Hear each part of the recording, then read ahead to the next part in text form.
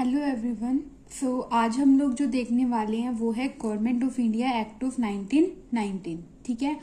सभी लोग अपने सामने जो है अपनी बुक में ये ओपन कर लीजिए एंड मैं आपको समझाती हूँ एंड साथ साथ वहां से पॉइंट्स जो है वो रीड करते रहना। ठीक है।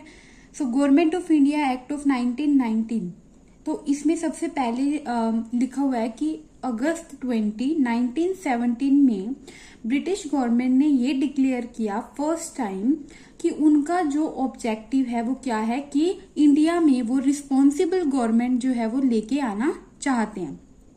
ठीक है। और ये जो एक्ट है इसको मॉन्टेग्यू क्लेम्सफोर्ड रिफॉर्म्स भी बोला जाता है। क्यों बोला जाता है? क्योंकि जो हमने प्रीवियस वाला एक्ट पढ़ा था इंडियन काउंसिल एक्ट ऑफ 1909, उसमें मोर्ले मिंटो बोला जाता था। क्यों? क्योंकि मोर्ले उस टाइम सेक्रेटरी ऑफ स्टेट था और मिंटो वाइसरॉय था। इसी तरह से मॉन्टेग्यू जो थे वो सेक्रेटरी ऑफ स्टेट थे एंड क्लेम्सफोर्ड जो थे वो वाइसरॉय ऑफ इंडिया थे उस टाइम पे जब ये एक्ट जो है आया था। ठीक है। तो इसीलिए इसको मॉन्टेग्यू क्लेम्सफोर्ड रिफॉर्म्स भी बोला जाता है। ठीक है। अब इसके फीचर देखते हैं हम कि इस एक्ट में क्या क्या था। सबसे पहले तो जो सेंट्रल और प्रोविंशियल सब्जेक्ट्स थे उनको डीमार्केट कर दिया गया। मतलब क्या है कि जो सेंटर है और जो प्रोविंशियल हैं दोनों, इनको अलग अलग सब्जेक्ट्स दे दिए कि अब सेंटर जो है इन सब्जेक्ट पे लॉ बनाएगा और जो प्रोविंशियल है वो इन सब्जेक्ट पे लॉ बनाएगा। यानी दोनों को काम जो है वो अलग अलग कर दिया, सेपरेट कर दिया इनको। ठीक है। सबसे पहला काम क्या किया कि सेंटर और प्रोविंशियल जो सब्जेक्ट्स हैं उनको अलग अलग कर दिया। ठीक है। कुछ सब्जेक्ट जो है वो सेंटर को दे दिए, कुछ प्रोविंशियल को दे दिए कि कुछ पे ये लॉ बनाएगा, कुछ पे ये लॉ बनाएगा। और जो मेन लॉ थे ना बनाने वो सेंटर में उन्होंने रख लिए और जो छोटे मोटे थे वो प्रोविंशियल को दे दिए। ठीक है।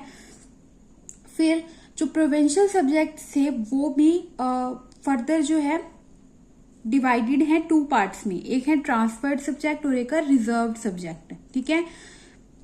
तो ट्रांसफर्ड और रिजर्व इन दोनों में क्या डिफरेंस है? जो ट्रांसफर्ड सब्जेक्ट हैं इनको कौन एडमिनिस्टर करेगा? गवर्नर। ठीक है। With aid of ministers. ठीक है। और ये जो है जो भी लॉ बनाएंगे उसके लिए ये रिस्पॉन्सिबल होंगे किसको? लेजिस्लेटिव काउंसिल को। ठीक है। ये हो गया ट्रांसफर्ड सब्जेक्ट के बारे में। और जो रिजर्व सब्जेक्ट हैं, रिजर्व सब्जेक्ट जो हैं ये कौन एडमिनिस्टर करेगा? गवर्नर और उसकी काउंसिल। ठीक है। और इनको कोई भी रिस्पॉन्सिबल नहीं होंगे लेजिस्लेटिव काउंसिल को। बेसिकली इसमें अपनी मनमानी चलाएंगे वो। ठीक है। रिजर्व में और ट्रांसफर में जो है उनको छोटे मोटे लॉ दे दिए उन्होंने और उसके लिए भी उनको लेजिस्लेटिव काउंसिल को वो रिस्पॉन्सिबल होंगे। ठीक है। इसीलिए इसको क्या बोला गया कि ये ड्यूल सिस्टम ऑफ गवर्नेंस आ गया, तो इसको क्या बोला गया? डायरकी। ठीक है। क्या बोला गया इसको? डायरकी। ये जो टर्म है डायरकी ये ग्रीक वर्ड डायआर्की से आया है जिसका मतलब क्या होता है? Double rule. ठीक है। ये आपके पास सेकंड पॉइंट है। यहां तक समझ में आ गया। अब थर्ड पॉइंट में क्या है? बाईकैमरलिज्म। बाईकैमरलिज्म का मतलब क्या है कि फर्स्ट टाइम जो है बाईकैमरलिज्म को इंट्रोड्यूस किया गया और डायरेक्ट इलेक्शंस जो है वो कंट्री में करवाए गए। ठीक है। बाईकैमरलिज्म का मतलब क्या है कि दो हाउसेस में जो है डिवाइड कर दिया गया, upper house and lower house. ठीक है।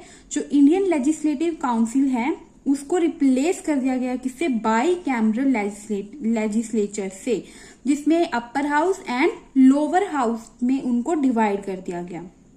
जो अपर हाउस है वो क्या होगा? काउंसिल ऑफ स्टेट और लोअर हाउस में लेजिस्लेटिव असेंबली। ठीक है। और जो मेजोरिटी ऑफ मेंबर है दोनों हाउसेस के उनको कैसे सिलेक्ट करा जाएगा? डायरेक्ट इलेक्शंस करवा के। ठीक है।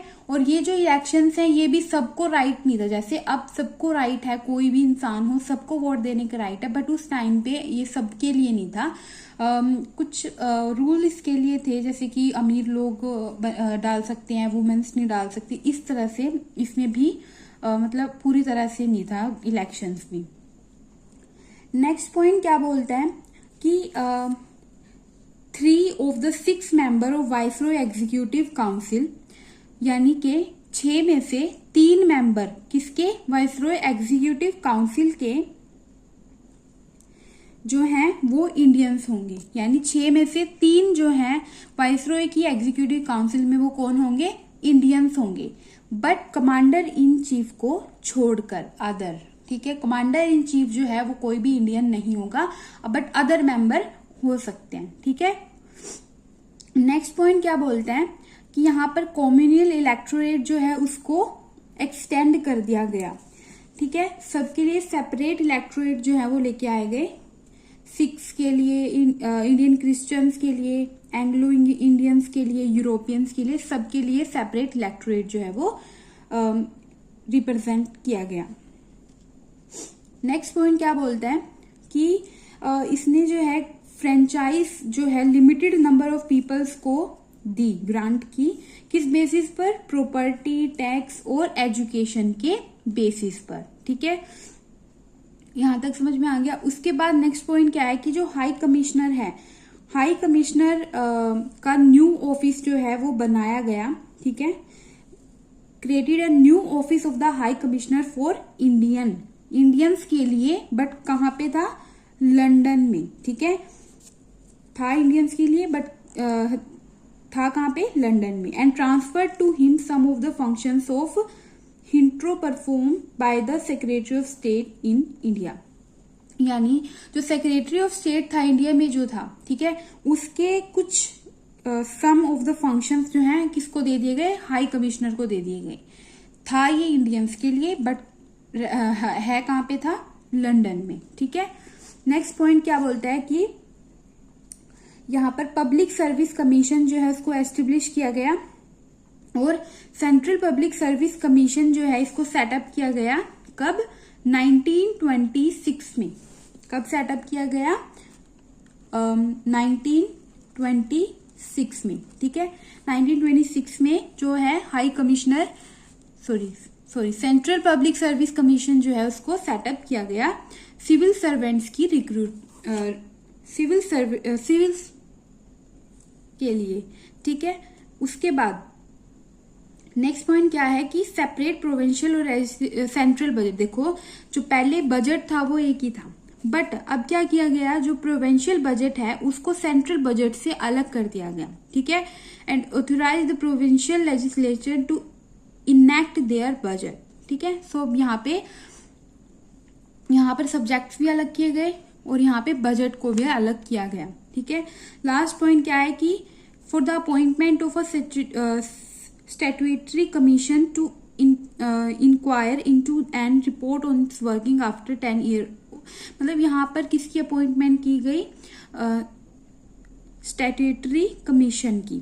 ठीक है, और ये जो है यही जो ये किस लिए थी, नजर रखने के लिए, और यही जो है बाद में साइमन कमीशन बन जाती है। ठीक है, साइमन कमीशन को हम नेक्स्ट वीडियो में पढ़ेंगे। सो अभी मैं यहाँ पे इसको फटाफट एक बार रिकैप कर देती हूँ। ठीक है, सो सबसे पहले क्या है कि इसको मॉन्टेग्यू क्लैम्सफोर्ड रिफॉर्म भी बोला जाता है, क्योंकि मॉन्टेग्यू उस टाइम पे सेक्रेटरी ऑफ स्टेट थे और क्लैम्सफोर्ड जो उस टाइम पे वाइसरॉय ऑफ इंडिया थे। और सेंट्रल और प्रोविंशियल सब्जेक्ट्स को अलग अलग कर दिया गया। जो प्रोविंशियल है उनको फर्दर 2 में डिवाइड किया गया, ट्रांसफर और रिजर्व, इसलिए इसको डायरकी बोला गया। बाई कैम्परलिज्म और डायरेक्ट इलेक्शंस जो है वो कंट्री में लेके आए गए। ठीक है, बाई कैम्परलिज्म का मतलब क्या है कि upper house and lower house में डिवाइड किया गया। और फिर नेक्स्ट पॉइंट में क्या बोलते हैं कि 6 में से 3 मेंबर्स जो है वो वाइसरॉय काउंसिल एग्जीक्यूटिव काउंसिल के वो इंडियंस होंगे, बट किसको छोड़कर, कमांडर इन चीफ को छोड़कर। ठीक है, उसके बाद कम्युनल इलेक्टोरेट को भी एक्सटेंड किया गया। फ्रेंचाइजी जो है कुछ लिमिटेड पीपल को दी गई, किस बेसिस पर, प्रॉपर्टी, टैक्स, एजुकेशन, इन बेसिस पर। और हाई कमिश्नर जो है उसका ऑफिस बनाया गया कहाँ पे, लंदन में, बट वो था किसके लिए, इंडियंस के लिए। और जो सेक्रेटरी ऑफ स्टेट है उसकी कुछ पावर्स को या फंक्शंस को इसको दे दिया गया था। फिर सेंट्रल पब्लिक सर्विस कमीशन जो है 1926 में सेटअप की गई और सेपरेट प्रोविंशियल और लेजिस्लेटिव बजट, इनका बजट भी जो है दोनों को अलग कर दिया, प्रोविंशियल को सेंट्रल से अलग कर दिया। और 10th पॉइंट क्या है कि अब यहाँ पे स्टैट्यूटरी कमीशन जो है उसकी अपॉइंटमेंट हुई, जो कि बाद में जाके साइमन कमीशन बन गया। ठीक है,